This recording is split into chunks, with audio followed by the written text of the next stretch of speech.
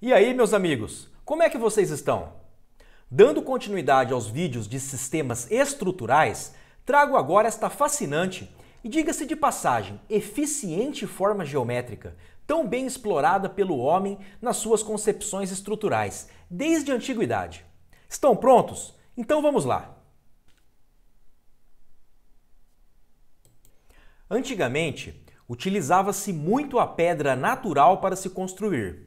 Afinal, ela é um excelente material de construção, pois além de resistir com glória e louvor aos esforços de compressão, ainda oferece uma grande durabilidade.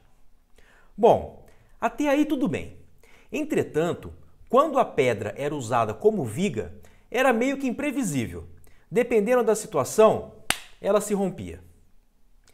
Isto gerava uma limitação do uso da pedra para esta função. Vamos ver agora um exemplo desta limitação. Quando a pedra é utilizada como viga, surgem esforços internos de compressão na região superior e de tração na região inferior. Como o vão é pequeno, os esforços também são pequenos e a pedra resiste. Entretanto, para vãos maiores, os esforços de compressão e os de tração crescem consideravelmente. A pedra resiste bem ao aumento dos esforços de compressão, o que já não acontece para os esforços de tração. Assim, se aumentar o vão, a pedra rompe. Os romanos foram mestres na arte de construir pontes de pedra utilizando um estratagema, ou seja, uma estratégia, uma artimanha, nesse caso, estrutural. Se não podiam usar vigas para vencer vãos maiores, faziam uso de arcos, onde cada peça de pedra era estudada para trabalhar somente comprimida. Naquele tempo, não existia o concreto armado, muito menos o aço industrializado, como conhecemos nos dias de hoje. Então, como não era possível combater os esforços de tração, que surgiam no caso de vigas retas de pontes, a solução foi se fazer valer de uma geometria onde os esforços de tração simplesmente não apareceriam. Ao se construir arcos, a experiência mostrou que, dependendo da forma que esse arco tivesse, as pedras não eram exigidas a tração. Perceba que todas as pedras na construção com eixo curvo só apresentam esforços de compressão, e aí a pedra resiste muito bem. Já no caso da construção com eixo retilíneo, na região inferior ocorrem esforços de tração, e aí a pedra não dá conta. Perceba que o grande segredo para o sucesso da construção em arco é garantir que os apoios não se desloquem, principalmente na horizontal. Esta restrição ao deslocamento horizontal é fundamental para a estabilidade desta estrutura, visto que, dependendo do formato do arco, a resposta aos grandes carregamentos verticais é dada com elevadas reações horizontais, que podem inclusive superar as reações verticais. Ao contrário do que ocorre com as construções de eixo retilíneo. Mas então, qual a forma do arco que leva toda a estrutura a trabalhar somente comprimida? Os romanos resolveram essa questão de maneira empírica. Eles ligavam, por meio de uma corda, dois pontos extremos dos apoios que iriam receber o arco.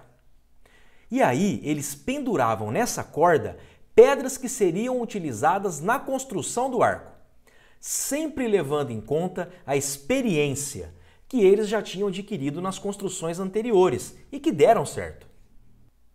Assim, eles projetavam numa parede, utilizando tochas ou a própria luz solar, a curva descrita pela corda carregada pelas pedras. A partir daí, essa curva era invertida e servia para o projeto do eixo do arco. Depois, usando essa curva, as pedras eram cortadas, ao passo que ia se construindo uma estrutura de suporte, feita de madeira, para a colocação das pedras, semelhante ao escoramento que utilizamos nos dias de hoje em nossas construções. Com o escoramento pronto, colocavam-se as pedras, uma a uma, até a última pedra, conhecida como pedra de fechamento ou pedra-chave. O encaixe perfeito desta última pedra conferia estabilidade ao arco. Depois, retirava-se toda a estrutura de escoramento. Por meio deste mesmo processo, pode-se construir também cúpulas, que também são estruturas totalmente instáveis até a colocação da última peça. No caso de algumas cúpulas, as últimas peças são anéis de fechamento, devido à abertura desejada para a entrada de iluminação natural.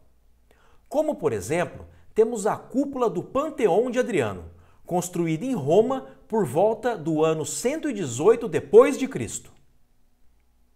Uma ponte aqueduto, construída pelos romanos no que hoje é o sul da França, lá na época de Cristo, é um belo exemplo de durabilidade e desempenho estrutural, já que apesar de estar lá há 2000 anos, ainda é utilizada até os dias de hoje.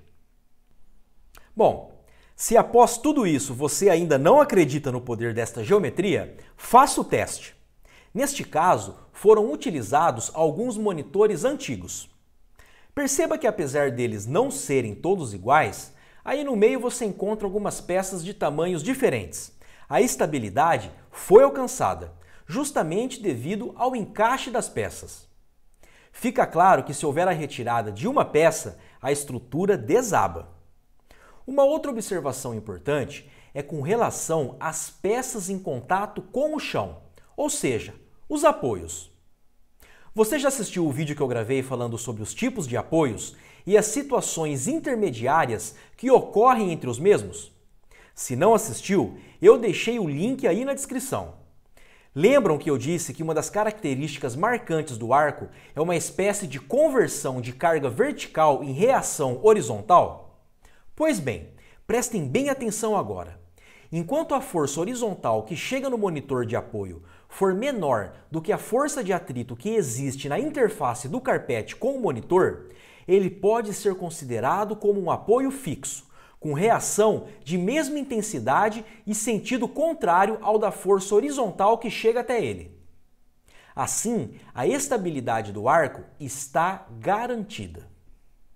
Entretanto, se esta força horizontal superar a força de atrito existente nesta mesma interface, o apoio fixo passa a ser um apoio móvel, que por sua vez se desloca na horizontal, fazendo com que a reação horizontal desapareça e a estrutura entre em colapso.